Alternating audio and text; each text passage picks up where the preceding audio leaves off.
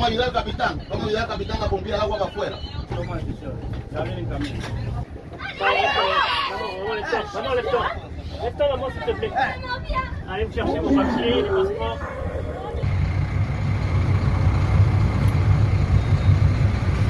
Et voilà, on quitte Catana, qui est en train de couler à cause d'un con de pilote de merde du canal de Panama qui nous a amenés sur les cailloux. Enfants, hein, les enfants sont paniqués, nous on est dans le... un peu de la police. Je vais vous lire le récit d'un couple qui est passé avec ses 4 enfants. Ils sont passés juste un peu avant nous et en fait ça s'est vraiment pas bien passé pour eux. Ça fait froid dans le dos, on les avait rencontrés au San Blas, donc on a décidé de partager leur histoire avec leur accord. C'est eux qui nous ont contactés parce que je ne voulais pas qu'on nous soupçonne de faire du buzz sur le malheur des autres. Et ils nous ont contactés parce qu'ils sont vraiment dans l'embarras, dans l'ennui depuis leur accident. On va vous lire exactement ce qui s'est passé. Leur bateau, ils se sont échoués. On va vous lire exactement le texte qu'ils nous ont donné. Nous sommes actuellement donc au Panama. Ils se sont échoués. Journée du 29 avril. 15h15, nous passons la dernière écluse de Miraflores. Nous voilà dans le Pacifique. Dans 5 jours, grand départ pour les Marquises avec nos 4 enfants de 14, 11, 8 ans et notre petite dernière arrivée en Martinique de 4 mois. 15h20, le pilote du canal, plutôt désagréable depuis le début de journée, me demande de m'arrêter et de me mettre sur la côte du canal pour laisser passer un cargo. Dans moins de 5 minutes, il doit descendre du bateau. Nous sommes juste avant le pont de l'América, entre la bouée 17 et 19. J'exécute les ordres sans discuter, même si au fond de moi je ne vois pas l'intérêt de m'arrêter puisqu'il y a largement la place pour le cargo de passer et d'ailleurs les 2 autres voiliers avec qui nous sommes passés dans l'écluse continuent leur route. Il y a un peu de courant et Atlantide sort très légèrement du canal.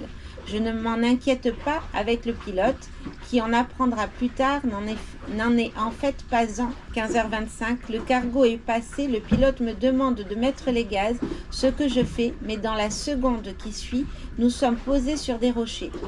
Panique à bord, je commence à m'énerver contre le pilote et lui demande de trouver une solution pour nous sortir de là, vu qu'il nous a mis dans cette situation. La marée descend. Il a la bonne idée de demander à la lancha qui venait le chercher de nous tracter en arrière. Laetitia lui crie dessus en lui disant que c'est une très mauvaise idée. Trop tard, il nous a encastrés dans les rochers et le bateau prend beaucoup l'eau. Les enfants pleurent, la situation est critique car nous prenons vraiment beaucoup l'eau. 16h30, Laetitia, les enfants et mes parents évacuent le bateau. Je reste seule à bord avec le capitaine du port venu organiser les opérations de sauvetage d'Atlantide. Ces opérations de sauvetage vont durer jusqu'à 1h du matin avec la mise en place des pompes puis l'intervention des plongeurs pour colmater la brèche. 1h30, les équipes du canal me laissent seule sur une bouée. 3h, je rappelle les équipes du canal, un feu s'est déclenché dans les boîtiers à fusibles. J'arrive à contenir le feu. Dans l'urgence, j'ai oublié de couper les batteries du bateau. Heureusement que je ne m'étais pas endormie. Le bateau continue à prendre beaucoup l'eau. Les plongeurs reviennent et partiront à 7h du matin. 10 jours après, qu'en est-il? Quasiment rien n'a bougé.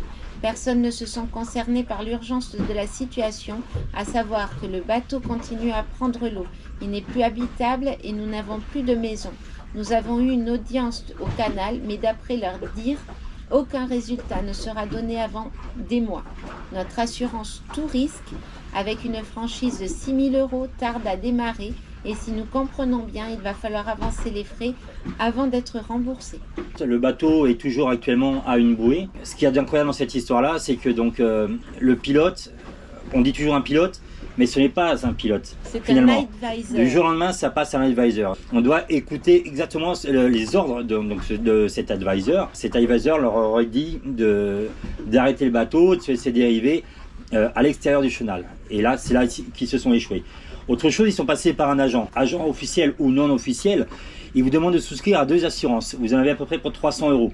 À quoi servent donc ces assurances? Beaucoup de questions en ce moment. On est près d'eux à essayer de les aider comme on peut et grâce à la chaîne YouTube et les réseaux sociaux. Il y a beaucoup de questions qui se posent à l'heure actuelle puisque Et qui n'ont pas de réponse. qui n'ont pas la réponse. Une cagnotte a été ouverte pour les aider. Si vous voulez aller voir sur leur page Facebook, ça sera mis en lien Dans la description, de la vidéo. On vous tient au courant et évidemment quand c'est comme ça, ben, tout le monde se renvoie la balle et Il y a beaucoup d'interrogations quand même. restez sur le garde quand vous passez le canal de Panama parce que vraiment tout peut arriver. On peut croire que c'est facile. Nous on a eu cette chance d'être passé. Tout peut arriver. Mais tout peut arriver. Restez surtout bien dans le chenal. Putain, c'est pas vrai, tout s'était bien passé, tout était ok, c'était pas possible. Contésteme la cosa. Déjame.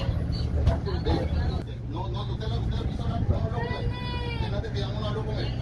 Vamos a ayudar al capitán. Vamos a ayudar al capitán a bombear el agua para afuera. Ya vienen en camino. Vamos, lève-toi. Lève-toi, maman, s'il te plaît.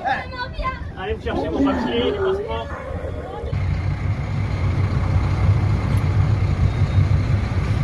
Et voilà, on quitte Catana qui est en train de couler à cause d'un con de pilote de merde du canal de Panama qui nous a amenés sur les cailloux. Enfants, hein, les enfants sont paniqués, nous on est dans le...